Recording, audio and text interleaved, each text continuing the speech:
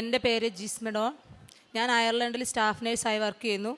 എൻ്റെ വീട് ഇവിടെ കണ്ണൂരാണ്. ഇതെൻ്റെ പപ്പ ജോസ്. ഞങ്ങൾ ചെമ്മന്തൊട്ടി ഇടവക അംഗങ്ങളാണ്. ഞാൻ ആദ്യമായി കൃപാസനത്തിൽ വരുന്നത് 2019 ഏപ്രിലായിരുന്നു. ഏപ്രിൽ ഞാൻ അന്ന് വന്നത് എൻ്റെ മമ്മിയുടെ കൂടെയായിരുന്നു. എൻ്റെ മമ്മി അന്ന് കൃപാസനത്തിൽ വന്ന് ഫെബ്രുവരിയിൽ ഉടമ്പടി എടുത്തിട്ടുണ്ടായിരുന്നു. ഞാൻ മമ്മിയുടെ കൂടെ വരാനുണ്ടായിരുന്ന കാരണം അന്നിവിടെ 6 മാസം കഴിഞ്ഞ് കുഞ്ഞുങ്ങൾക്ക് ഭക്ഷണം കൊടുക്കുന്നുണ്ടായിരുന്നു. അപ്പോൾ അങ്ങനെ എൻ്റെ കൊച്ചിനും 6 മാസമായിരുന്നു. അങ്ങനെ മമ്മിയുടെ കൂടെ ഞാനിവിടെ കൊച്ചിന് ഭക്ഷണം കൊടുക്കാനാണ് വന്നിരുന്നത്. അന്ന് വന്ന് ഞാൻ തിരിച്ചു പോയി. ആ സമയത്ത് ഞാൻ സൗദിയിലായിരുന്നു വർക്ക് ചെയ്തുകൊണ്ടിരുന്നത്. പക്ഷെ ഞാൻ ഉടമ്പടി ഒന്നും എടുത്തിരുന്നില്ല. എൻ്റെ ഓരോ ആവശ്യങ്ങളിലും വരുമ്പോഴും ഞാൻ ലൈറ്റ് പ്രെയർ റിക്വസ്റ്റ് ഇട്ടിട്ട് എന്നും പ്രാർത്ഥന സഹായം ആവശ്യപ്പെടുമായിരുന്നു. ഞാൻ റിക്വസ്റ്റ് ചെയ്ത എല്ലാ കാര്യങ്ങളും മാതാവ് എനിക്ക് നടത്തിത്തന്നു. ഞാൻ ആദ്യം പറയുന്നത് ഞാൻ ഉടമ്പടി എടുക്കുന്നതിന് മുമ്പുണ്ടായ എൻ്റെ സാക്ഷ്യങ്ങളാണ്. ആദ്യമായിട്ട് ഞാൻ എൻ്റെ OET എക്സാം എഴുതിയതിനെക്കുറിച്ചാണ് ആദ്യം പറയുന്നത്. ഞാൻ OET എക്സാം എഴുതിയ സമയത്ത്, ഞാൻ 2ാമത്തെ തവണ OET എക്സാം എഴുതാൻ വേണ്ടി പോയ സമയത്ത് ഞാൻ മാതാവിൻ്റെ കാശുരൂപം ധരിച്ചുകൊണ്ടാണ് പോയത്. ഉടമ്പടിയുടെ അല്ലാതെ നോർമലായിട്ടുള്ളൊരു കാശുരൂപം ധരിച്ച് ഞാൻ പോയി. പരീക്ഷയുടെ മുമ്പ് ഞാൻ വിശ്വാസ പ്രമാണം ചൊല്ലി പ്രാർത്ഥിച്ചുകൊണ്ടേയിരുന്നു. വീട്ടിൽ മമ്മിയാണെങ്കിലും തിരി കത്തിച്ച് വെച്ച് വിശ്വാസ പ്രമാണം ചൊല്ലി പ്രാർത്ഥിച്ചു. എൻ്റെ എക്സാം എനിക്ക് ഭയങ്കര ഡിഫിക്കൽട്ടായിരുന്നു. ലിസണിങ്ങിൻ്റെ ഫസ്റ്റ് എല്ലാവർക്കും അറിയാമായിരിക്കും, എക്സാം എഴുതിയ ആൾക്കാർക്ക് ആദ്യത്തെ ഫസ്റ്റ് പാർട്ട് എനിക്ക് ഫുൾ ബ്ലാങ്ക് ആയിരുന്നു. ഞാൻ ഒരു അക്ഷരം പോലും എഴുതിയില്ല. അപ്പോഴേ എനിക്ക് മനസ്സിലായി ഞാൻ എക്സാം എന്തായാലും ഫെയിലാകുമെന്ന്. പക്ഷേ ബാക്കിയുള്ള മോഡ്യൂൾസൊക്കെ എനിക്ക് ഭയങ്കര ഈസി ആയിരുന്നു. റിസൾട്ട് വന്ന സമയത്ത് ഞാൻ ഏതാണോ വിഷമെന്ന് വിചാരിച്ചേ അത് പാസ്സാവുകയും എനിക്ക് എളുപ്പമായിരുന്ന 2 സബ്ജക്റ്റ് ഞാൻ ഫെയിലാവുകയും ചെയ്തു. അതിന് രണ്ടും എനിക്ക് 330 സ്കോർ കിട്ടിയിരുന്നത്. ഞാൻ സ്പീക്കിങ്ങും റീഡിങ്ങിനുമായിരുന്നു എനിക്ക് സ്കോർ കുറഞ്ഞു പോയത്. ഞാൻ മാതാവിനോട് വീണ്ടും പ്രാർത്ഥിച്ചു, മാതാവേ, നീ ഞാൻ ഏത് രാജ്യത്താണോ പോയി വർക്ക് ചെയ്യണമെന്ന് നീ ആഗ്രഹിക്കുന്നത് ആ രാജ്യത്ത് പോകാനുള്ള സ്കോർ എനിക്ക് വേണം. എനിക്കിനിയും എക്സാം എഴുതാൻ പറ്റത്തില്ല. ആ സമയത്ത് ഞാൻ 2ാമത്തെ പ്രഗ്നൻ്റ് ആയിരുന്നു. അപ്പോൾ എനിക്കിനി വീണ്ടും എക്സാം എഴുതാൻ പറ്റത്തില്ല. ഞാൻ ഏതാണ് റീവാലുവേഷന് കൊടുക്കേണ്ടത് നീ എനിക്ക് കാണിച്ചു തരണം എന്ന് പറഞ്ഞു. അങ്ങനെ ഞാൻ മാതാവിനോട് പ്രാർത്ഥിച്ച് ഞാൻ എൻ്റെ സ്പീക്കിംഗ് റീവാലുവേഷന് കൊടുത്തു. എല്ലാവരും എന്നോട് പറഞ്ഞു, നീ കൊടുക്കണ്ട, നിനക്ക് കിട്ടത്തില്ല, കാരണം 330 ഉള്ളൂ സ്കോർ, ഒരിക്കലും കിട്ടത്തില്ല എന്ന് പറഞ്ഞു. ഞാൻ പറഞ്ഞു, മാതാവ് എൻ്റെ കൂടെ ഉണ്ടെന്ന് വിശ്വസിച്ച് ഞാൻ കൊടുത്തു. എൻ്റെ റിസൾട്ട് വന്നപ്പോൾ എനിക്ക് അതിന് 350 സ്കോർ കിട്ടി. അങ്ങനെ എനിക്ക് അയർലൻഡിൻ്റെ സ്കോർ കിട്ടി. പിന്നെ അടുത്ത കടമ്പ എൻ്റെ NMBA രജിസ്ട്രേഷൻസൊക്കെ ആയിരുന്നു. അതിനതെല്ലാം എനിക്ക് ഒരുപാട് തടസ്സങ്ങൾ വന്നു. എന്നാലും ഞാൻ മാതാവിനെ മുറുക്കെ പിടിച്ച് പ്രാർത്ഥിച്ചു. സൗദിയിൽ എക്സ്പീരിയൻസ് ആയത് കാരണം എനിക്ക് അവിടുത്തെ പേപ്പർ വർക്കൊന്നും നടന്നില്ല. ഞാൻ അപ്ലൈ ചെയ്തതിന് അത് റിജക്ഷൻ വന്നു. റിജക്ഷൻ വന്ന് അന്ന് തന്നെ ഞാൻ മാതാവിനോട് പ്രാർത്ഥിച്ചുകൊണ്ട് തന്നെ ഇരുന്ന സമയത്ത് തന്നെ എനിക്ക് സൗദിയിൽ നിന്ന് ഒരു മെസ്സേജ് വരുവാണ്, ഞങ്ങളുടെ ഹോസ്പിറ്റലിലെ ഒരു സൂപ്പർവൈസർ എനിക്ക് എൻ്റെ എംപ്ലോയ്മെൻറ്റ് ലെറ്റർ എനിക്ക് എഴുതി തരാമെന്ന് പറഞ്ഞു. അങ്ങനെ ആ എംപ്ലോയ്മെൻറ്റ് ലെറ്റർ സബ്മിറ്റ് ചെയ്തു. അങ്ങനെ എനിക്ക് എൻ്റെ NMBA രജിസ്ട്രേഷൻ സക്സസ് ആയി. പിന്നെ അടുത്ത എൻ്റെ ആഗ്രഹം എനിക്ക് ഒരു HSC ഹോസ്പിറ്റലിൽ വർക്ക് ചെയ്യണമെന്നായിരുന്നു. കാരണം എനിക്ക് NICU എക്സ്പീരിയൻസ് ആയത് കാരണം ഒരു ഇൻ്റർവ്യൂ പോലും വരുന്നുണ്ടായിരുന്നില്ല. അപ്പോൾ എല്ലാവരും എനിക്ക് ചുറ്റുമുള്ളവരെല്ലാവരോട് പറയാൻ തുടങ്ങി, ഈ പീഡിയാട്രിക്സ് ഇതൊന്നും വരത്തില്ല, നീ അതുകൊണ്ട് ഒരു നേഴ്സിംഗ് ഹോം ഇൻ്റർവ്യൂ അറ്റൻഡ് ചെയ്ത് എങ്ങോട്ടെങ്കിലും പോകാൻ നോക്കാൻ പറഞ്ഞു. അങ്ങനെ ഞാൻ എല്ലാവരും പറഞ്ഞത് പ്രകാരം ഞാൻ വീണ്ടും ഒരു നേഴ്സിംഗ് ഹോമിൻ്റെ ഇൻ്റർവ്യൂ അറ്റൻഡ് ചെയ്തു. അതിൽ മാതാവ് എന്നെ പാസ്സാക്കി തന്നു. പക്ഷേ എന്നാലും എൻ്റെ മനസ്സിൽ നിറയെ എനിക്കൊരു HSC ഹോസ്പിറ്റലിൽ വർക്ക് ചെയ്യണം എന്നുള്ള ആഗ്രഹമായിരുന്നു. എൻ്റെ പ്രോസസ്സിങ് നേഴ്സിംഗ് ഹോമിലേക്കുള്ള തുടർന്നു. എന്നാലും ഞാൻ പ്രാർത്ഥിച്ചു. ആ പ്രോസസ്സിങ് ഏകദേശം തീരാനാകുന്നതിൻ്റെ തലേന്ന് എനിക്കൊരു ഇത് വന്നു, പീഡിയാട്രിക് ഹോസ്പിറ്റലിലേക്ക് ഒരു ഇൻ്റർവ്യൂ നടക്കുന്നു, HSC ഹോസ്പിറ്റലിലേക്ക്. ഞാൻ രണ്ടും കൽപ്പിച്ച് HSCയുടെ ഇതിന് പ്രൊസീഡ് ചെയ്തു. എൻ്റെ ഇൻ്റർവ്യൂ പോലും കഴിഞ്ഞില്ല. എന്തിലും ഞാൻ ആദ്യം നേഴ്സിംഗ് ഹോമിലേക്ക് പോകാനിരുന്നത് ക്യാൻസൽ ചെയ്തു. അതിനെല്ലാവരും എന്നെ കുറ്റപ്പെടുത്തി. പക്ഷേ എന്നാലും എനിക്ക് മാതാവിൽ ഉറച്ച വിശ്വാസമുണ്ടായിരുന്നു. ഞാൻ വർക്ക് ചെയ്യാൻ ആഗ്രഹിക്കുന്നത് HSC ഹോസ്പിറ്റലാണെങ്കിൽ മാതാവ് എനിക്ക് തരുമെന്ന്. അങ്ങനെ ഞാൻ ഇൻ്റർവ്യൂ സക്സസ്സായി പാസ്സായി. ആ സമയത്ത് ഞാൻ വന്നിട്ടാണ് ഉടമ്പടി എടുക്കുന്നത്, എൻ്റെ പ്രോസസ്സിങ് കുറച്ച് ഫാസ്റ്റ് ആകാൻ വേണ്ടിയിട്ട്. ആ ഒരു സമയത്ത് തന്നെ എൻ്റെ പപ്പ ഹോസ്പിറ്റലാകുകയും പപ്പായ്ക്ക് ഹാർട്ടിന് ഭയങ്കര ഫെയിലറായി. അതുകൊണ്ട് ഇനി വേറെ രക്ഷയൊന്നുമില്ല. അങ്ങനെ പപ്പാനെ ഹോസ്പിറ്റലിൽ മിംസിൽ അഡ്മിറ്റാക്കി. അപ്പോൾ ഹോസ്പിറ്റലിൽ നിന്ന് ഡോക്ടർ പറഞ്ഞു, ഇനി ഒന്നും ചെയ്യാനില്ല, ഹാർട്ടിൻ്റെ ഫങ്ഷൻ 16% മാത്രമേ ഉള്ളൂ, എപ്പം വേണമെങ്കിലും ഹാർട്ട് ഫെയിലർ ആവും, അറസ്റ്റ് ഉണ്ടാവും, നമുക്കൊന്നും ചെയ്യാൻ പറ്റത്തില്ല എന്ന്. അവർ നമ്മളെ കൊണ്ട് DNR കൺസെൻറ്റ് സൈൻ ചെയ്യിപ്പിച്ചു. എൻ്റെ ഹസ്ബൻഡായിരുന്നു ഹോസ്പിറ്റലിൽ ഉണ്ടായിരുന്നത്. പുള്ളിക്കാരൻ എന്നെ വിളിച്ച് ചോദിച്ചു, ഞാൻ DNR കൺസെൻറ്റ് ചെയ്യട്ടെ, സൈൻ ചെയ്യട്ടെ എന്ന് ചോദിച്ചു. ഞാൻ പറഞ്ഞു, വേറെ ഓപ്ഷനല്ലോ, സൈൻ ചെയ്തോ. പക്ഷേ ഞാൻ മമ്മി ഹോസ്പിറ്റലിൻ്റെ പുറത്തിരുന്ന് പ്രത്യക്ഷീകരണ പ്രാർത്ഥന ചൊല്ലി പ്രാർത്ഥിച്ചു. ഞാൻ വീട്ടിലിരുന്നുകൊണ്ട് പ്രത്യക്ഷീകരണ രാത്രി ഉറങ്ങാതെ ഇരുന്ന് ചൊല്ലിക്കൊണ്ടേ ഇരുന്നു. ക്യാൻഡിലായിട്ട് പിന്നെ പ്രയർ റിക്വസ്റ്റ് ഓൾറെഡി ഇട്ട് പ്രാർത്ഥിച്ചു. പപ്പ വളരെ സമാധാനമായി ഹോസ്പിറ്റലിൽ നിന്ന് 7 ദിവസം കഴിഞ്ഞപ്പോൾ ഡിസ്ചാർജായി. ആ 16% ഉണ്ടായിരുന്ന ഹാർട്ട് ഫങ്ഷൻ പപ്പയുടെ 24% ഉയർന്നു. അന്ന് ഞങ്ങൾ നേർന്നായിരുന്നു ഇവിടുത്തെ അഖണ്ഡ ജപമാലയ്ക്ക് പപ്പാനെ കൊണ്ടുവന്ന് നടത്തിക്കാമെന്ന് ഞങ്ങൾ നേർച്ച നേർന്നു. അങ്ങനെ 2022 ഒക്ടോബറിൽ ഞാനും പപ്പായും ഞങ്ങളുടെ ഫാമിലി എല്ലാവരും ഞങ്ങൾ വന്ന് അഖണ്ഡ ജപമാലയിൽ പങ്കെടുത്തു. അതിനുശേഷം പപ്പ റെഗുലറായിട്ട് ചെക്കപ്പിന് പോലും പോവാറില്ല. പപ്പയുടെ ഹാർട്ട് ഫങ്ഷൻ ഇപ്പോൾ 28%. റെഗുലറായിട്ട് മെഡിസിൻ കഴിക്കുന്നു. 2022 മുതൽ ഇതുവരെ പപ്പായ്ക്ക് വേറെ ആരോഗ്യ പ്രശ്നങ്ങളൊന്നുമില്ല. അങ്ങനെ മാതാവ് വലിയ അനുഗ്രഹം തന്ന് ഞങ്ങളെ അനുഗ്രഹിച്ചു. അങ്ങനെ ആ അഖണ്ഡ ജപമാലയ്ക്ക് ശേഷം ഞാൻ വെച്ച് എന്തുകൊണ്ട് ഞാൻ ഉടമ്പടി എടുത്തില്ല, ഇത്രയും വലിയ അനുഗ്രഹങ്ങൾ എനിക്ക് മാതാവ് തന്നിട്ട്. അങ്ങനെ ഞാനും പപ്പായും കൂടെ നവംബർ 12 2022 ഇവിടെ വന്ന് ഉടമ്പടി എടുത്തു. ആ ഉടമ്പടി എടുത്തതിന് ശേഷമാണ് എനിക്ക് പിന്നെ കൂടുതൽ തടസ്സങ്ങൾ വന്നു തുടങ്ങി. എൻ്റെ AWSന് അപ്ലൈ ചെയ്തു, അത് റിജക്ഷനായി. അപ്പോൾ എനിക്ക് ഭയങ്കര സങ്കടമായി. ഞാൻ മാതാവിനെ പതുക്കെ കുറ്റം പറഞ്ഞു, ഞാൻ ഇത്രയും പ്രാർത്ഥിച്ചിട്ട് എന്താണ് എൻ്റെ ഇത് മാത്രം റിജക്ഷനായി? എനിക്ക് ഒത്തിരി അനുഗ്രഹങ്ങൾ തരുന്നുണ്ടല്ലോ, ഇത് മാത്രം എന്തുകൊണ്ടാണ് റിജക്ഷനായെന്ന്. അപ്പം മമ്മി പറഞ്ഞു, നീ ഒരിക്കലും മാതാവിനെ കുറ്റപ്പെടുത്തരുത്, മാതാവിന് എന്തെങ്കിലും നല്ല കാര്യങ്ങളുണ്ടാവും നിനക്ക് തരാൻ വേണ്ടിയിട്ട്, അതുകൊണ്ടാണെന്ന് പറഞ്ഞു. അങ്ങനെ ഞാൻ വീണ്ടും ഇവിടെ വന്ന് ഉടമ്പടി പുതുക്കി മാതാവിനോട് വീണ്ടും പ്രാർത്ഥിക്കാൻ തുടങ്ങി. പ്രേക്ഷിത പ്രവർത്തനങ്ങളൊക്കെ നല്ലതുപോലെ ചെയ്യാൻ തുടങ്ങി. അങ്ങനെ ജൂലൈ മാസത്തിലേക്ക് എനിക്ക് പോകാനുള്ളതെല്ലാം റെഡിയായി, എൻ്റെ അപ്രൂവലായി വന്നു. അങ്ങനെ പോകാൻ വേണ്ടിയിട്ടെല്ലാം റെഡിയായി ടിക്കറ്റ് എടുത്തപ്പം എൻ്റെ ഏജൻസിക്കാർ എന്നെ വിളിച്ച് പറഞ്ഞു, എൻ്റെ OET എക്സ്പയർ ആയി, അതുകൊണ്ട് നിനക്കിനി പോകാൻ പറ്റത്തില്ല.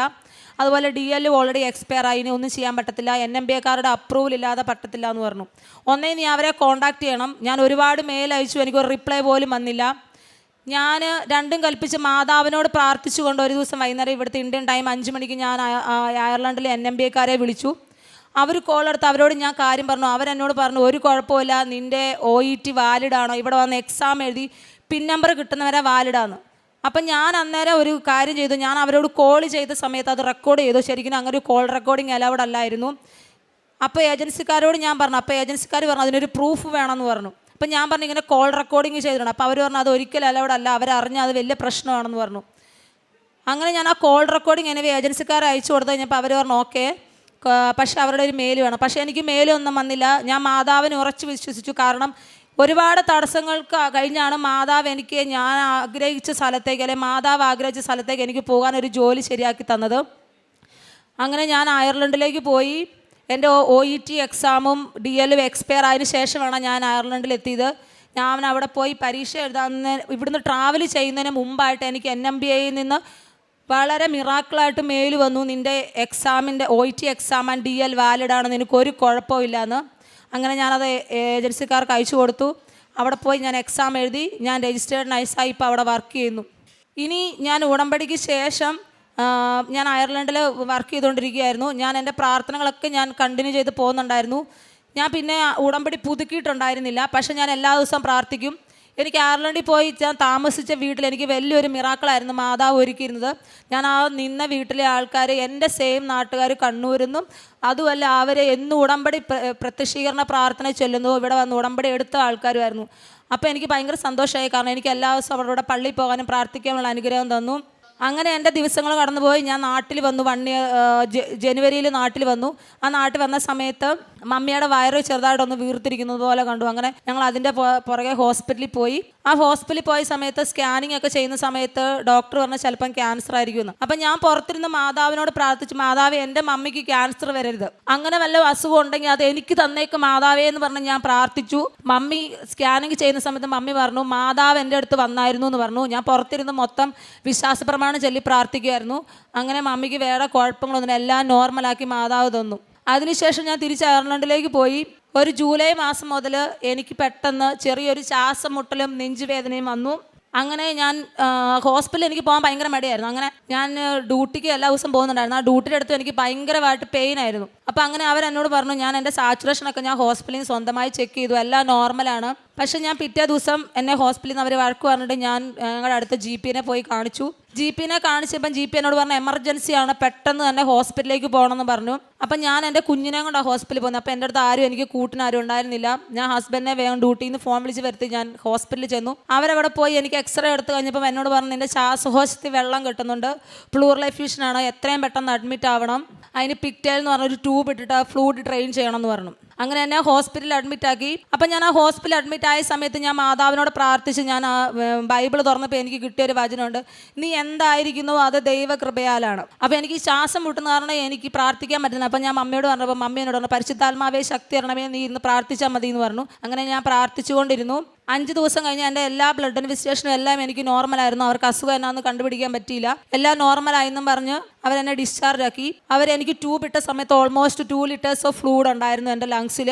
അപ്പോൾ എന്നോട് ഡോക്ടർ പറഞ്ഞു ഇത് ഭയങ്കര മിറാക്കിളാണല്ലോ, ഇത്രയും ഫ്ലൂയിഡ് ഉണ്ടായിട്ടും നിനക്കൊരു റെസ്പിറേറ്ററി അറസ്റ്റ് ഉണ്ടായില്ല, ഇത് ഭയങ്കര ലക്കിയാണ്, നിൻ്റെ സാച്ചുറേഷൻ 100% കാണിക്കുന്നത്. അപ്പം ഞാൻ ഡോക്ടറോട് പറഞ്ഞൊരു കാര്യമുണ്ട്, എൻ്റെ മാതാവ് എൻ്റെ നെഞ്ചോട് ചേർന്ന് കിടക്കുന്നത് കൊണ്ട് എനിക്ക് വേറെ ഒരു ബുദ്ധിമുട്ടും ഉണ്ടാകത്തില്ല, മാതാവ് എൻ്റെ കൂടെയുണ്ട്, മാതാവ് എന്നെ രക്ഷിക്കുന്നു. അത് കഴിഞ്ഞ് ഞാൻ ഡിസ്ചാർജായി വീട്ടിൽ വന്നപ്പോൾ എനിക്ക് വീണ്ടും ചെറിയ ശ്വാസം മുട്ടലുണ്ട്. എല്ലാവർക്കും അറിയാമായിരിക്കും അയർലൻഡിലൊക്കെ ട്രീറ്റ്മെൻറ്റ് എന്ന് പറഞ്ഞാൽ ഭയങ്കര ഡിഫിക്കൽട്ടാണ്. അങ്ങനെ ഞാൻ എമർജൻസി ആയിട്ട് നാട്ടിലേക്ക് പോകുന്നു എൻ്റെ സിക്ക് ലീവിന്. ഇവിടെ വന്ന് എയർപോർട്ടിൽ ഇറങ്ങുമ്പോൾ എനിക്ക് വീണ്ടും ചെറിയ ശ്വാസം മുട്ടലായിരുന്നു. ഞാൻ സ്വന്തമായി പോയി എക്സ്റേ എടുത്തപ്പോൾ അതിന് വീണ്ടും എനിക്ക് ഫ്ലൂയിഡ് കെട്ടുന്നുണ്ട്. അങ്ങനെ ഞാൻ നെക്സ്റ്റ് ഡേ പൾമണോളജിസ്റ്റ് കണ്ണൂർ മിംസിൽ പോയി ഡോക്ടറെ കാണിച്ചു. ഡോക്ടർ എനിക്ക് എല്ലാ ഇൻവെസ്റ്റിഗേഷൻ ചെയ്തു, എല്ലാം നോർമലാണെന്ന് പറയുന്നു. അപ്പോൾ അത് കഴിഞ്ഞ് പറഞ്ഞാൽ എല്ലാം നോർമലാണെങ്കിൽ അടുത്ത് ഇനി ചെസ്റ്റിനകത്ത് ഒരു ട്യൂബ് ഇട്ടിട്ട് തൊറാക്കോസ്കോപ്പി ചെയ്യണമെന്ന് പറഞ്ഞു. എന്താണെന്നുള്ള നമുക്ക് ജസ്റ്റ് ചിലപ്പം TB ഇതായിരിക്കും, അത് കാരണം അതിന് ബയോപ്സിക്ക് അയക്കണം എന്ന് പറഞ്ഞു. TB ആണോ എന്ന് കണ്ടുപിടിക്കാം, കാരണം ചിലപ്പം ഫ്ലൂയിഡിനകത്ത് അത് കാണിക്കത്തില്ല എന്ന് പറഞ്ഞു. അങ്ങനെ ഫ്ലൂയിഡ് ടെസ്റ്റ് ചെയ്യാമെന്നൊക്കെ തീരുമാനിച്ച് അഡ്മിറ്റ് ആവാൻ പറഞ്ഞ് ഞാൻ നേരെ വീട്ടിൽ വന്നു കഴിഞ്ഞപ്പോൾ എന്നോട് പപ്പ പറഞ്ഞു നീ കൃപാസനത്തിൽ പോയി ഉടമ്പടി പുതുക്കിയിട്ട് മാത്രം അഡ്മിറ്റ് ആയാൽ മതി എന്ന്. അപ്പം ഞാൻ പപ്പായോട് പറഞ്ഞു പപ്പ ഒന്നുകൊണ്ടും വിഷമിക്കണ്ട, എനിക്ക് എന്താണെങ്കിലും ക്യാൻസർ ആയിരിക്കത്തില്ല. ഞാൻ അങ്ങനെ പപ്പായോട് ഉറച്ചു പറഞ്ഞു എനിക്ക് അങ്ങനത്തെ ഒരു അസുഖം ഉണ്ടാവത്തില്ല എന്ന് പറഞ്ഞ് ഞാൻ അങ്ങനെ കൃപാസനത്തിൽ വന്നു. അഡ്മിറ്റ് ആകാൻ അവരെന്നോട് ഓഗസ്റ്റ് 7 അഡ്മിറ്റ് ആകാൻ പറഞ്ഞു. പക്ഷെ ഞാൻ ഓഗസ്റ്റ് 6 ഇവിടെ വന്നു, ഉടമ്പടി പുതുക്കി. അങ്ങനെ അച്ഛനെ കണ്ടു പ്രാർത്ഥിച്ചു. എന്താണ് അസുഖം എന്ന് കണ്ടുപിടിക്കാൻ വേണ്ടിയാണ് അച്ഛനെ കണ്ട് പ്രാർത്ഥിച്ചത്. അച്ഛനെ തലേ കൈ വെച്ച് പ്രാർത്ഥിച്ചു. എൻ്റെ നെറ്റിയിൽ തൈലം പൂശി എനിക്കൊരു കാശുരൂപം തന്നു. അത് ഞാൻ എൻ്റെ കൊന്തയിൽ തൂക്കി ഞാൻ പ്രാർത്ഥിക്കാൻ തുടങ്ങി. അങ്ങനെ ഞാൻ തിരിച്ച് വീട്ടിൽ പോയി. നെക്സ്റ്റ് ഡേ മോർണിംഗ് ഞാൻ ഹോസ്പിറ്റലിൽ അഡ്മിറ്റായി അവരെല്ലാം ചെയ്ത് കഴിഞ്ഞപ്പോൾ അവർ പറഞ്ഞു സ്കോപ്പ് ചെയ്യാൻ നേരത്ത് അവർ പറഞ്ഞു ഒരുപാട് ഫ്ലൂയിഡ് ഉണ്ടായിരുന്നല്ലോ, ഇപ്പോൾ അത് കുറഞ്ഞാണ്. അപ്പം ഞാൻ വിചാരിച്ചു ഓക്കെ മാതാവ് എന്നെ അനുഗ്രഹിച്ചു, എൻ്റെ ഫ്ലൂയിഡെല്ലാം ബാക്കി റിമൂവ് ആയി പോയല്ലോ എന്ന് പറഞ്ഞ് ഞാൻ സന്തോഷിച്ചു. കാരണം അവരെന്നെ സെഡേഷൻ ചെയ്യുന്ന സമയത്ത് എനിക്ക് കേൾക്കാമായിരുന്നു അവർ പറയുന്നത്. പക്ഷേ എന്നാൽ അവരെനിക്ക് ICD ഡ്രെയിനേജ് ഇട്ടു. ഞാനൊരു 24 മണിക്കൂർ പെയിന് കൊണ്ട് വളരെയധികം കഷ്ടപ്പെട്ടു. പക്ഷേ എങ്കിലും ഞാൻ മാതാവിനെ മുറുകെ പിടിച്ച് പ്രത്യക്ഷീകരണ പ്രാർത്ഥന ചൊല്ലി പ്രാർത്ഥിച്ചുകൊണ്ടേയിരുന്നു ഹോസ്പിറ്റലിൽ. എന്നിട്ടും അസുഖം ഡോക്ടർ പറഞ്ഞ എല്ലാം നോർമലാണ്, പ്രത്യേകിച്ച് ഒന്നും കണ്ടുപിടിക്കാൻ പറ്റുന്നില്ല എന്ന്. അങ്ങനെ അവർ വെറുതെ ഒരു സ്കാനിങ് ചെയ്യാൻ തീരുമാനിച്ചു. അങ്ങനെ സ്കാനിങ് ചെയ്യാൻ തീരുമാനിച്ച സമയത്ത് എൻ്റെ അബ്ഡോമിനൽ വാളിൽ ചെറിയൊരു കുഞ്ഞൊരു സിസ്റ്റം ഉണ്ട്. അപ്പോൾ അവർ പറഞ്ഞു ചിലപ്പോൾ അത് റുമറ്റോയ്ഡ് ആർത്രൈറ്റിസിനായിരിക്കും, കാരണം അതൊരു ബോർഡർ ലൈൻ കാണിക്കുന്നുണ്ട്, ബാക്കിയെല്ലാം ഇൻവെസ്റ്റിഗേഷൻ നോർമലാണ്. അപ്പോൾ അവർ പറഞ്ഞു എനിവേ നമുക്കതൊരു ബയോപ്സി ചെയ്യാമെന്ന് വിചാരിച്ചു. അവരങ്ങനെ ആ സിസ്റ്റ് കുത്തി ബയോപ്സിക്ക് വിട്ടു. അവരെന്നെ ഹോസ്പിറ്റലിൽ നിന്ന് ഡിസ്ചാർജ് ആക്കി. 2 ദിവസം കഴിഞ്ഞപ്പോൾ തന്നെ അവർ ഹോസ്പിറ്റലിൽ നിന്ന് വിളിച്ചിട്ട് പറഞ്ഞു എനിക്ക് സ്റ്റേജ് 4 ഒവേറിയൻ കാർസിനോമയാണ്, സിറസ് കാർസിനോമ. അതായത് എത്രയും പെട്ടെന്ന് അത് ബോഡിയിൽ എല്ലാ ഭാഗത്തും വ്യാപിക്കും, അതുകൊണ്ടാണ് നിനക്ക് പ്ലൂറൽ എഫ്യൂഷൻ വന്നതെന്ന് പറഞ്ഞു. അതുകൊണ്ട് ഇതിൻ്റെ ഒരു ട്രീറ്റ്മെൻറ്റ് എന്ന് പറഞ്ഞിട്ടുണ്ടെങ്കിൽ എത്രയും പെട്ടെന്ന് കീമോതെറാപ്പി ചെയ്യണം. അതുകൊണ്ട് കീമോതെറാപ്പി ചെയ്തെങ്കിൽ മാത്രമല്ല, അതുമല്ല അബ്ഡോമിൻ്റെ അകത്തൊക്കെ കുറച്ച് സ്പ്രെഡ് ആയിട്ടുണ്ട്, അബ്ഡോമിനിൻ്റെ അകത്ത് കുറച്ച് ഫ്ലൂയിഡൊക്കെ കാണുന്നുണ്ട്, അതുകൊണ്ട് കീമോ മാത്രമേ രക്ഷയുള്ളൂ എന്ന് പറഞ്ഞു. പക്ഷേ എനിക്ക് അങ്ങനെ ഒരു അസുഖമാണെന്ന് പറഞ്ഞതിന് പേരിൽ ഞാൻ കരയോ വിഷമിക്കുകയോ ഒന്നും ചെയ്തില്ല. എനിക്ക് മാതാവ് ഭയങ്കരമായ ഒരു ശക്തി തന്നു. ഞാൻ മാതാവിനോട് എല്ലാ ദിവസവും പ്രാർത്ഥിച്ചുകൊണ്ടിരുന്നു. ഞാൻ ഇവിടെ ട്രീറ്റ്മെൻറ്റ് എടുക്കണം, എനിക്കറിയാം ഒരുപാട് പൈസയാകും. പക്ഷേ എനിക്ക് അന്നേരം എൻ്റെ മനസ്സിൽ എൻ്റെ അയർലൻഡിലെ ഞങ്ങൾ വണ്ടി മേടിച്ച് ലോൺ എടുത്ത അതിനെക്കുറിച്ചായിരുന്നു എൻ്റെ മനസ്സിൽ ചിന്തകൾ വന്നത്. അപ്പം ഞാൻ വിചാരിച്ചു ഞാൻ തിരിച്ചു പോയേക്കാന്ന്. അങ്ങനെ ഞാൻ ആ സർജറിയുടെ പെയിനും വെച്ച് ഞാൻ ഒറ്റയ്ക്ക് അയർലൻഡിലേക്ക് തിരിച്ചു പോകാൻ തീരുമാനിച്ചു. അങ്ങനെ ഞാൻ തിരിച്ചു പോകാൻ എയർപോർട്ടിൽ എത്തിക്കഴിഞ്ഞപ്പോഴാണ് ഞാൻ വേറൊരു അനുഗ്രഹം എനിക്ക് മാതാവ് തന്നത്. ഞാൻ ഫ്ലൈറ്റിന് എക്കണോമി ആയിരുന്നു ബുക്ക് ചെയ്തിരുന്നത്. പക്ഷേ എയർപോർട്ടിൽ എത്തിക്കഴിഞ്ഞപ്പോൾ എനിക്കത് ബിസിനസ് ക്ലാസ്സിലേക്ക് മാതാവ് മാറ്റിത്തന്നു. അതെങ്ങനെയാണെന്ന് എനിക്കറിയില്ല. കാരണം ഈ വേദന വെച്ച് 18 മണിക്കൂർ ഞാൻ എങ്ങനെ യാത്ര ചെയ്യും എന്നുള്ളത് എൻ്റെ മനസ്സിൽ വെച്ചാണ്. പക്ഷേ അത്രയും പൈസ കൊടുത്ത് ബിസിനസ് ക്ലാസ് ബുക്ക് ചെയ്യാനൊന്നും എൻ്റെ സാമ്പത്തികം ഉണ്ടായിരുന്നില്ല. പക്ഷേ മാതാവ് അതറിഞ്ഞ് എന്നെ ബിസിനസ് ക്ലാസ്സിലേക്ക് മാറ്റി. ഞാൻ സുഖമായി എൻ്റെ യാത്രയെ ചെയ്ത് ഞാൻ അയർലൻഡിലെത്തി. അങ്ങനെ മാതാവ് എനിക്ക് മുമ്പേ ഞാൻ അറിയാത്തവരെയും അറിയുന്നവരെയായ ആ ഹോസ്പിറ്റലിൽ, അയർലൻഡിലൊരു ഹോസ്പിറ്റലിൽ ഒരുക്കി തന്നു. ഞാൻ ചെന്ന നെക്സ്റ്റ് ഡേ തന്നെ എനിക്ക് ഡോക്ടറെ കാണാനും എനിക്ക് അപ്പോയിൻമെൻറ്റുകളെല്ലാം കിട്ടുകയും ചെയ്തു. പെട്ടെന്ന് തന്നെ അവർ പറഞ്ഞു, ഓക്കെ, ഇവിടുന്നുള്ള സ്ലൈഡ്സ് ഒന്നും ഞാൻ കൊണ്ടുപോയിട്ടുണ്ടായിരുന്നില്ല. അവർ തന്നെ അവിടുന്ന് വേഗം ചെയ്യാൻ തീരുമാനിച്ചു. പക്ഷേ എങ്കിലും എനിക്ക് CT സ്കാനും MRI ഒക്കെ ചെയ്യാൻ വേണ്ടി അവിടെ അപ്പോയിൻമെൻറ്റ് ഭയങ്കര ഡിലേ ആയിട്ടേ കിട്ടത്തുള്ളൂ. അപ്പോൾ അവരുടെ ഇൻവെസ്റ്റിഗേഷൻ കൂടെ കഴിഞ്ഞ് കിട്ടും മാത്രമേ അവർ ട്രീറ്റ്മെൻറ്റ് സ്റ്റാർട്ട് ചെയ്യത്തുള്ളൂ. ഞാൻ മാതാവിനോട് പ്രാർത്ഥിച്ചു, മാതാവേ നീ എന്തെങ്കിലും എനിക്ക് വഴി കാണിച്ചു തരണം. ഈ പിന്നെയും ഫ്ലൂയിഡ് ഉണ്ട് ഓൾറെഡി, ഇനിയും ഞാൻ 1 മാസം കൂടെ കഴിഞ്ഞാൽ ഇനിയും ഫ്ലൂയിഡ് ഫില്ലാകും. അപ്പോൾ എനിക്ക് എന്നാ ചെയ്യേണ്ടതെന്ന് അറിയത്തില്ലായിരുന്നു. അങ്ങനെ ഞാൻ ഇന്ന വീട്ടിലെ ചേച്ചി, ആ ചേച്ചി അന്നേരം ആരാണ് എനിക്കറിയാവുന്നത്, ആ ചേച്ചിയാണ് എന്നെ സഹായിച്ചത്. ഞാൻ ഈ ട്രീറ്റ്മെൻറ്റ് എടുക്കുന്ന ഹോസ്പിറ്റലിലെ സ്റ്റാഫ് നേഴ്സായിരുന്നു. അവർ വർക്ക് ചെയ്തിരുന്നതും ക്യാൻസർ വാർഡിലായിരുന്നു. അങ്ങനെ ചേച്ചിയാണ് എനിക്ക് എല്ലാ കാര്യങ്ങളും ചെയ്തു തന്നത്. ചേച്ചി അവിടുത്തെ CT സ്കാനിൻ്റെ ആൾക്കാരെയും എല്ലാം സംസാരിച്ചു. അങ്ങനെ എൻ്റെ സെപ്റ്റംബറിൽ ചെയ്യേണ്ട CT സ്കാൻ ഓഗസ്റ്റ് അവസാനം തന്നെ ചെയ്തു. അപ്പം തന്നെ റിപ്പോർട്ട് കഴിഞ്ഞിട്ട് ഡോക്ടർ എന്നെ വിളിച്ചിട്ട് പറഞ്ഞു, ഫ്ലൂയിഡ് ഫില്ലായിട്ടുണ്ട്, വീണ്ടും ട്യൂബ് ഇടണം, വന്ന് ഹോസ്പിറ്റലിൽ അഡ്മിറ്റ് ആവണമെന്ന്. ഞാൻ ധൈര്യത്തോടെ തന്നെ പോയി. പക്ഷേ എനിക്ക് ആ പിക്റ്റേൽ ഇടുന്ന വേദന ഭയങ്കര സഹിക്കാൻ പറ്റാത്ത തരത്തിലായിരുന്നു. ഞാൻ മാതാവിനോട് പ്രാർത്ഥിച്ചു. അപ്പോൾ ഈ അഡ്മിറ്റ് ആവുന്ന ദിവസം ഒരു ചൊവ്വാഴ്ചയായിരുന്നു. അപ്പം ഞാൻ അങ്ങനെ സ്കാനിങ് റൂമിലേക്ക് ചെന്നു. ഞാൻ ഉടമ്പടി സാക്ഷ്യം കേട്ടോണാണ് ചെല്ലുന്നത്. ആ ത്രൂ ഔട്ട് ആ പ്രൊസീജിയർ ചെയ്യുന്നിടം വരെ ഞാൻ ആ സാക്ഷ്യം കേട്ടുകൊണ്ടിരുന്നു. ആ സമയത്ത് പുറകിൽ നിന്ന് ഒരു നേഴ്സ് വന്നിട്ട് ഒരു നീല കളറുള്ള ബ്ലാങ്കറ്റ് വെച്ച് എന്നെ പൊതിഞ്ഞു. അപ്പം ഞാൻ വിചാരിച്ചു മാതാവ് എന്നെ ഒരു അത്ഭുതം, എനിക്കൊരു അടയാളമായിട്ട് കാണിച്ചു തന്നല്ലോ, നീല കളറാണല്ലോ എന്നെ പൊതിഞ്ഞിരിക്കുന്നതെന്ന്. അങ്ങനെ അവരെന്നെ വളരെ കംഫർട്ടബിളാക്കി. ആ പിക്റ്റേൽ ഇൻസെഷൻ ഞാൻ ഒരു വേദന പോലും അറിഞ്ഞില്ല. അതിനെനിക്ക് ശേഷം ഒരു ബയോപ്സി എടുത്തു. അതിനും ഞാനൊരു വേദന അറിഞ്ഞില്ല. അതിന് വേണ്ടി ഞാനൊരു പെയിൻ കില്ലർ പോലും എടുത്തില്ല.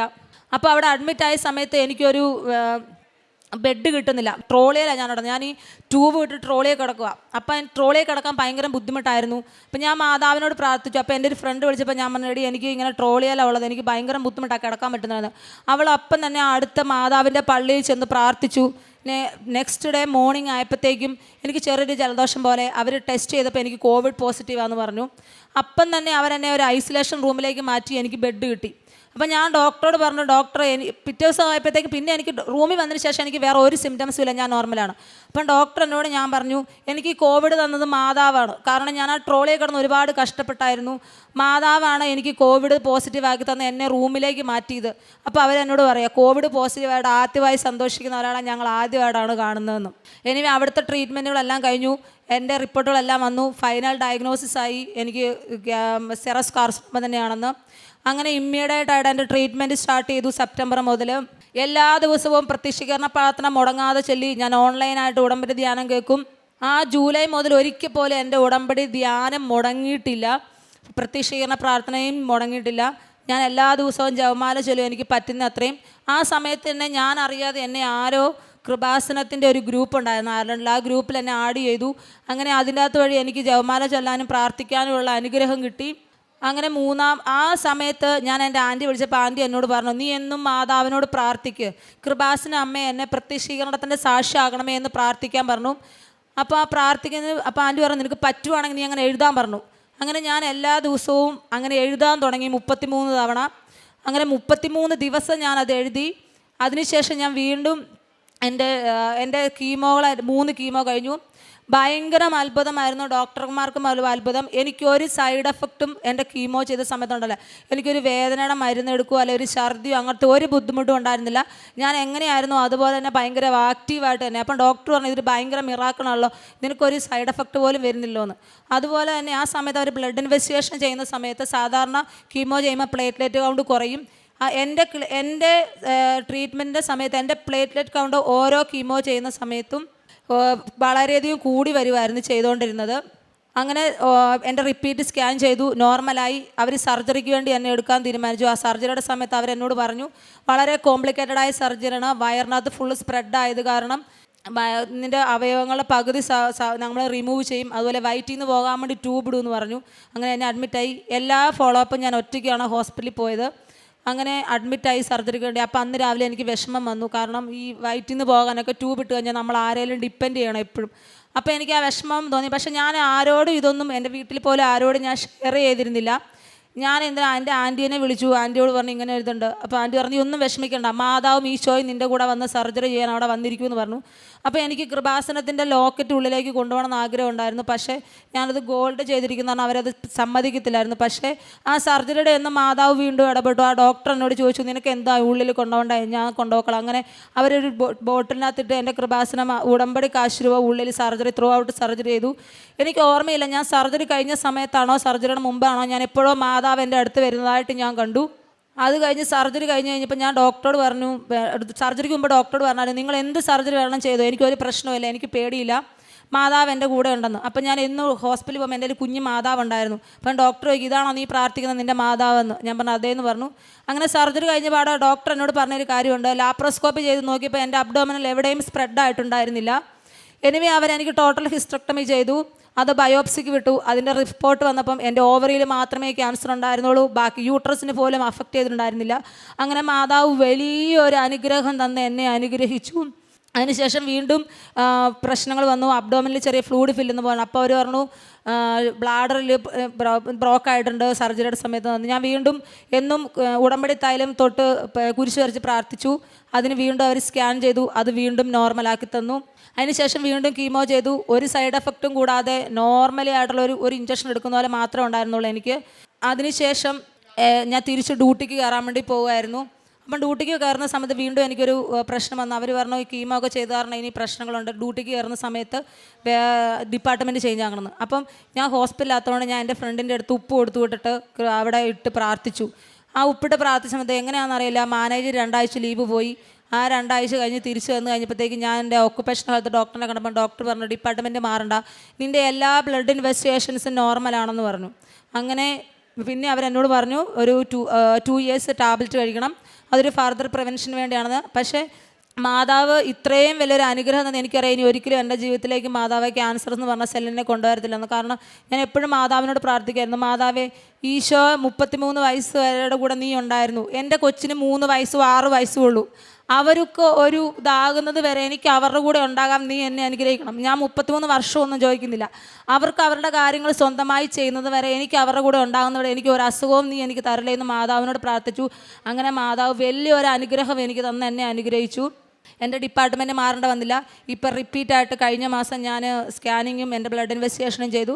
ഓരോ പ്രാവശ്യം ബ്ലഡ് ടെസ്റ്റ് ചെയ്യുമ്പോഴും എൻ്റെ ഹീമോഗ്ലോബിനും പ്ലേറ്റ്ലെറ്റും കൂടിക്കൊണ്ടിരിക്കുന്നു. എൻ്റെ CT സ്കാൻ എല്ലാം ഇപ്പം നോർമലാണ്. ഡോക്ടർമാരെല്ലാം ഭയങ്കര ഹാപ്പിയാണ് എൻ്റെ കാര്യത്തിൽ. കാരണം ഇത്രയും വലിയൊരു മിറാക്കിൾ സംഭവിച്ചതിന് ഞാൻ ഈ സാക്ഷ്യം പറയാൻ വേണ്ടി മാത്രമാണ് നാട്ടിൽ വന്നത്. ഞാൻ ഈ അസുഖമായിട്ട് അവിടെ അയർനടി ചെന്ന സമയത്ത് നേഴ്സസ് മിനിസ്റ്ററുടെ പ്രോഗ്രാമിന് പോയ സമയത്ത് അവിടെ ഒരു ബ്രദർ വന്നായിരുന്നു. ആ ബ്രദറിനെ ഞാൻ ഒരിക്കലും മുമ്പ് കണ്ടിട്ടില്ല, ആ ബ്രദർ എന്നെയും കണ്ടിട്ടില്ല. അപ്പോൾ ആ ബ്രദർ എന്നോട് ചോദിച്ചു നിനക്കിങ്ങനെ ഒരു അസുഖം ഉണ്ടല്ലേ? അപ്പം ഞാൻ പറഞ്ഞു അതെ. അപ്പോൾ എന്നോട് പറഞ്ഞു നീ ഒന്നുകൂടെ വിഷമിക്കണ്ട, നിന്നെ മാതാവ് അനുഗ്രഹിക്കുന്നുണ്ട്. ആലപ്പുഴ ഒരു കൃപാസനം എന്ന് പറഞ്ഞൊരു സ്ഥലമുണ്ട്, നീ അവിടെ പോയി പറ്റുവാണെങ്കിൽ നാട്ടിൽ പോയി ഒരു ഉടമ്പടി എടുത്ത് പ്രാർത്ഥിച്ചാൽ മതി. അപ്പം ഞാൻ ആ ബ്രദറിനോട് പറഞ്ഞു ഞാൻ കൃപാസനത്തിൽ ഉടമ്പടി എടുത്തതാണ്. അപ്പം എന്നോട് ആ ബ്രദർ പറഞ്ഞു ആ മാതാവ് നിന്നെ അനുഗ്രഹിക്കുന്നതായിട്ടാണ് കാണുന്നതെന്ന്. അതുപോലെ തന്നെ ആ മാതാവ് എന്നെ അനുഗ്രഹിച്ചു. പിന്നെ ഞാൻ ഒരു കാര്യം കൂടെ പറഞ്ഞായിരുന്നു, ഇവിടെ വന്ന് ഡിസംബർ 30 മുമ്പായിട്ട് എനിക്ക് സാക്ഷ്യം പറയണമെന്ന്. ആ ഡിസംബർ 30 മുമ്പ് തന്നെ എനിക്ക് മാതാവ് എനിക്ക് അനുഗ്രഹം തന്നു. അതുപോലെ എനിക്ക് അവിടുന്ന് ഇങ്ങോട്ട് വരാനുള്ള കുറച്ച് ബുദ്ധിമുട്ടുണ്ടായിരുന്നു, കുറച്ച് ഇൻവെസ്റ്റിഗേഷനും കാര്യങ്ങളും ഉള്ളതായത് കാരണം എൻ്റെ ബ്ലഡ് ടെസ്റ്റും കാര്യങ്ങളും. അപ്പം ഞാൻ മാതാവിനോട് പറഞ്ഞായിരുന്നു ഈ ഇവിടെ വന്ന് സാക്ഷ്യം പറയുന്നത് വരെ ഞാൻ എല്ലാ ദിവസവും 33 തവണ കൃപാസന അമ്മ എന്നെ പ്രത്യക്ഷീകരണത്തിൻ്റെ സാക്ഷിയാക്കണമേ എന്നാണ് ഞാൻ എഴുതിക്കൊണ്ടിരുന്നത്. അങ്ങനെ ഞാൻ ഇവിടെ വരുന്നിടം വരെ ഞാൻ എഴുതിയതാണ് എൻ്റെ ബുക്ക്. ഈ ബുക്കിൽ ഞാൻ എല്ലാ ദിവസവും എഴുതുന്നുണ്ടായിരുന്നു. അപ്പം നിങ്ങൾക്കും അസുഖങ്ങൾ വരുമ്പോൾ നിങ്ങൾ തളർന്ന് കരയാതെ ധൈര്യമായിട്ട് മാതാവിനോട് ചേർന്ന് പ്രവർത്തിക്കുക. യോഹന്നാൻ്റെ സുവിശേഷം 11-ാം അധ്യായം 4-ാം വാക്യം അത് റിപ്പീറ്റഡായി ചൊല്ലി പ്രാർത്ഥിച്ചാൽ നിങ്ങൾക്ക് ഉറപ്പായിട്ടും രോഗസൗഖ്യം കിട്ടും. കാരണം അതിനൊരു ഉത്തമ ഉദാഹരണമാണ് ഞാൻ. ഈ രോഗം മരണത്തിൽ പ്രതിദിക്കാനുള്ളതല്ല, പ്രത്യുത ദൈവമഹത്വത്തിനും ദൈവപുത്രൻ മഹത്വത്തിനും രൂപപ്പെടുന്നതിനും വേണ്ടിയാണ്. എൻ്റെ കാരുണ്യ പ്രവർത്തികൾ എന്ന് പറഞ്ഞിട്ടുണ്ടെങ്കിൽ ഞാൻ അയർലൻഡിന് പോകുന്നതിന് മുമ്പ് ഞാനിവിടെ ഓൾഡ് ഏജ് ഹോമിലൊക്കെ പോയി അപ്പച്ചന്മാരെ കുളിപ്പിക്കാനും അവർക്ക് മരുന്ന് കൊടുക്കാനൊക്കെ പോകുമായിരുന്നു. പിന്നെ എൻ്റെ ചെറുപ്പകാലം മുതൽ എനിക്ക് ഇങ്ങനെ സഹായം ചെയ്യുന്നത് ഭയങ്കര ഇഷ്ടമായിരുന്നു. അപ്പം എനിക്ക് ജോലി കിട്ടിയ കാലം മുതൽ ഞാൻ മറ്റുള്ളവരെ സഹായിക്കുമായിരുന്നു. എൻ്റെ സാലറിയിൽ നിന്ന് ഒരു അംശത്തിൽ നിന്ന് ഇപ്പോഴും ഞാൻ അങ്ങനെ അത് ചെയ്യുന്നുണ്ട്. സാമ്പത്തികമായി ബുദ്ധിമുട്ടുള്ളവരെ സഹായിക്കുന്നു. ആർക്കെങ്കിലും എന്തെങ്കിലും സഹായം വേണമെന്ന് പറഞ്ഞാൽ എന്നെ കൊണ്ട് കഴിയുന്നതാണെങ്കിൽ ഞാൻ അത് എന്താണെങ്കിലും ചെയ്തു കൊടുക്കും. അപ്പം ഞാൻ എൻ്റെ ഹെൽത്തിനെ കുറിച്ച് ഒന്നും നോക്കാറില്ല. പിന്നെ മമ്മി ആർക്കെങ്കിലും ആവശ്യങ്ങൾ ഇങ്ങനെ ചെയ്യണമെന്ന് പറയുവാണെങ്കിൽ ഞാൻ പൈസ അയച്ചു കൊടുക്കും. മമ്മി അവരെ സഹായിക്കാറുണ്ട്. പിന്നെ ഞാൻ എന്നും ഉടമ്പടി ധ്യാനങ്ങളും ഡെയിലി ബ്രെഡും എൻ്റെ കൂട്ടുകാർക്ക് എല്ലാവർക്കും ഷെയർ ചെയ്യാറുണ്ട്. അങ്ങനെ എൻ്റെ ജീവിതത്തിലുണ്ടായ മാറ്റം വന്ന് ഒരുപാട് പേര് കൃപാസന മാതാവിൽ വിശ്വസിക്കുകയും ഓൺലൈനായിട്ട് ഉടമ്പടി എടുക്കുകയും ചെയ്തിട്ടുണ്ട്. ഇത്രയും വലിയ അനുഗ്രഹങ്ങൾ തന്ന അമ്മ മാതാവിനും തിരുക്കുമാരനും കോടാനുകോടി നന്ദി പറയുന്നു. പ്രഭാഷകന്റെ പുസ്തകം 50-ാം അധ്യായം 22-ാം തിരുവചനം. എല്ലായിടത്തും വൻകാര്യങ്ങൾ ചെയ്യുന്ന സകലത്തിൻ്റെയും ദൈവത്തെ വാഴ്ത്തുക. അവിടുന്ന് നമ്മെ ജനനം മുതൽ ഉയർത്തുകയും കാരുണ്യപൂർവ്വം നമ്മോട് വർത്തിക്കുകയും ചെയ്യുന്നു. ജിസ് മെഡോൺ എന്ന ഈ സഹോദരി തൻ്റെ പിതാവിനോടൊപ്പം ചേർന്ന് കുടുംബത്തിന് ലഭിച്ച വളരെ ഗൗരവമുള്ള വലിയ കാര്യങ്ങൾ ചെയ്യുന്ന പരിശുദ്ധമ്മയുടെ സവിശേഷമായ സംരക്ഷണത്തിന്, ഈശോയിൽ നിന്നുള്ള സൗഖ്യത്തിന് നന്ദി പറഞ്ഞുകൊണ്ട് അനുഭവങ്ങൾ സാക്ഷ്യപ്പെടുത്തുന്നു. ആദ്യം പിതാവിന് ലഭിച്ച രോഗസൗഖ്യത്തെയും ഹാർട്ട് അറ്റാക്കിന് വന്ന രോഗം ഭേദമായതിനെയും എല്ലാം മകള് സാക്ഷ്യപ്പെടുത്തി. പിന്നെ മകളുടെ അയർലൻഡിൽ പോകുവാൻ വേണ്ടിയുള്ള OET പരീക്ഷാ വിജയത്തെയും തുടർന്ന് ആ പ്രോസസ്സിലുണ്ടായ തടസ്സങ്ങൾ അമ്മ മാതാവിൻ്റെ പ്രത്യേകമായ സംരക്ഷണയാൽ അത് മാറി വിദേശത്ത് പോകുവാനുള്ള വഴികൾ തുറന്നു കിട്ടിയതിനെയും മകൾ സാക്ഷ്യപ്പെടുത്തി. പിന്നീടാണ് നാം കേട്ട സുദീർഘമായ ആ ക്യാൻസർ രോഗം വന്നതിനെക്കുറിച്ചും അത് അമ്മ മാതാവിൻ്റെ ഉടമ്പടി നൃത്തവസ്തുക്കളുടെ ഉപയോഗത്തിലൂടെ കൃത്യമായ പരിചരണത്തിലൂടെ മകൾക്ക് ലഭിച്ച പൂർണ്ണമായ സൗഖ്യത്തെക്കുറിച്ച് സാക്ഷ്യപ്പെടുത്തുന്നത്. മകളത് ആ സാക്ഷ്യം പറയുമ്പോൾ തൻ്റെ അമ്മയ്ക്കുണ്ടായ ഒരു രോഗാവസ്ഥയെക്കുറിച്ചും അമ്മയ്ക്കത് ക്യാൻസർ രോഗം കൊടുക്കരുതേ, അത് എനിക്ക് തന്നുകൊള്ളുക എന്ന് മകൾ അതന്ന് പ്രാർത്ഥിച്ചൊരു വിഷയത്തെക്കുറിച്ചും സൂചിപ്പിക്കുന്നുണ്ട്.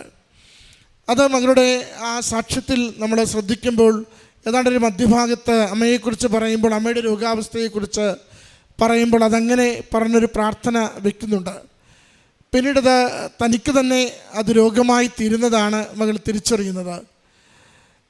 നമ്മൾ ഭാരങ്ങൾ ഏറ്റെടുക്കുവാൻ തയ്യാറുള്ളവരാകുമ്പോൾ ദൈവസന്നിധിയിൽ ഏതു വലിയ സഹനത്തെയും തൻ്റെ ജീവിതം കൊണ്ട് ഏറ്റെടുത്ത് അത് തൻ്റെ വിശുദ്ധീകരണത്തിനും ലോകത്തിൻ്റെ വിശുദ്ധീകരണത്തിനും മറ്റുള്ളവരുടെ നന്മയ്ക്കും വേണ്ടി അത് ഏറ്റെടുക്കുവാൻ തയ്യാറാകുമ്പോൾ അത് ചിലപ്പോൾ ഇത് നമുക്ക് വലിയ സഹനങ്ങളായി തീരുവാനുള്ള സാധ്യതയുണ്ട്.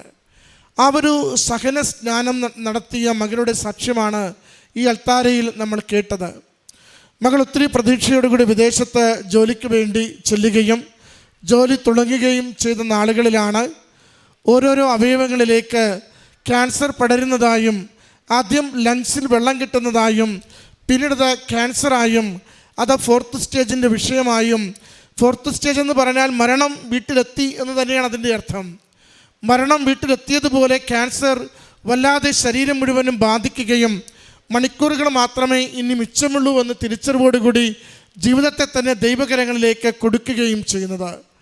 മകൾ പറയുന്ന അതിജീവനത്തിൻ്റെ ഈ സാക്ഷ്യം തൻ്റെ സഹന വഴികളിൽ ഒരിക്കലും അമ്മ മാതാവിനെ കൈവിടാതെ അമ്മയുടെ ഉടമ്പടിയിലുള്ള പൂർണ്ണമായ വിശ്വസ്തതയുള്ള വിശ്വാസം കാത്തുസൂക്ഷിച്ചുകൊണ്ട് ഉടമ്പടിയുടെ നേർച്ച വസ്തുക്കൾ, ഉടമ്പടി തൈലം, ഉടമ്പടി കാശുരൂപം, ഉടമ്പടി ഉപ്പ് അവ നിരന്തരം ഉപയോഗിച്ചുകൊണ്ട് പ്രത്യക്ഷീകരണ പ്രാർത്ഥന 33 ദിവസം 33 തവണ എഴുതി പ്രാർത്ഥിച്ച് എൻ്റെ അമ്മ ഏതൊരു ദുരന്തത്തെയും ഏറ്റെടുക്കുകയും അമ്മയുടെ പ്രാർത്ഥനയിലൂടെ എൻ്റെ കഴിവിനപ്പുറം ഡോക്ടർമാരുടെ മരുന്നിനപ്പുറം ദൈവത്തിൻ്റെ കൃപയാൽ അത് സൗഖ്യമാക്കുവാൻ കരുത്തുണ്ടെന്ന് എനിക്ക് വിശ്വാസവും ബോധ്യവുമുള്ളത് കൊണ്ട് എൻ്റെ ജീവിതം എത്ര കണ്ട് മുങ്ങിത്താണാലും എത്ര കണ്ട് രോഗത്താൽ നിറഞ്ഞാലും അതിനെ സൗഖ്യപ്പെടുത്തുവാനുള്ള ശക്തി എൻ്റെ ഈശോയുടെ തിരുരക്തത്താൽ ഉണ്ടെന്ന് വിശ്വസിച്ചുകൊണ്ട് ജീവിച്ച നാളുകളെയാണ് മകളെ അൾത്താരയിൽ സാക്ഷ്യപ്പെടുത്തിയത്.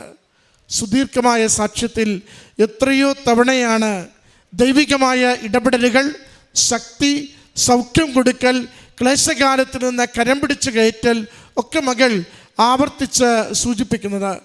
ഓരോ ക്ലേശത്തെയും മകൾ പറയുന്നുണ്ട്, ഞാനത് എൻ്റെ അമ്മ മാതാവിനോടാണ് നിരന്തരം ചോദിച്ചു കൊണ്ടിരുന്നത്, ഞാൻ എൻ്റെ അമ്മ മാതാവിലാണ് നിരന്തരം സമർപ്പിച്ചു കൊണ്ടിരുന്നത്. ഓപ്പറേഷന് വേണ്ടി അകത്ത് കയറ്റുമ്പോഴും എന്താണ് അകത്ത് കൊണ്ടുപോകേണ്ടതെന്ന് ചോദിച്ചപ്പോൾ സംശയമില്ലാതെ ഞാൻ പറഞ്ഞത്, എനിക്കെൻ്റെ ഉടമ്പടി കാശ് രൂപം എനിക്ക് ഓപ്പറേഷൻ തിയേറ്ററിൻ്റെ അകത്ത് വേണമെന്നാണ്. ഉള്ളിലുള്ള ആന്തരികാവയവങ്ങൾ പലതും എടുത്തു മാറ്റുവാൻ വേണ്ടിയാണ് മകളെ അകത്ത് പ്രവേശിപ്പിക്കുന്നത്. എന്നിട്ട് അവർ പറയുന്നുണ്ട്, ലാപ്രോസ്കോപ്പി നോക്കുമ്പോൾ അവിടെയൊന്നും വലിയ വിഷയങ്ങൾ കാണുന്നില്ല, ഓവർക്ക് മാത്രമേ പ്രശ്നമുള്ളൂ, ഞങ്ങൾ കരുതിയതുപോലെയൊന്നും നിൻ്റെ ശരീരത്തിൽ ഇത് ബാധിച്ചിട്ടില്ലെന്ന്. പ്രിയമുള്ളവരെ, മനുഷ്യൻ കണക്ക് കൂട്ടുന്നതല്ല ദൈവം നമുക്ക് വേണ്ടി കരുതി വയ്ക്കുന്നത്. മനുഷ്യൻ്റെ എല്ലാ പദ്ധതികളും പാളുമ്പോഴും ദൈവം നമുക്ക് വേണ്ടി സുരക്ഷിതമായ ആയുസ് നൽകുന്ന, ഐശ്വര്യം നൽകുന്ന പദ്ധതികൾ എപ്പോഴും ഒരുക്കിക്കൊണ്ടിരിക്കും.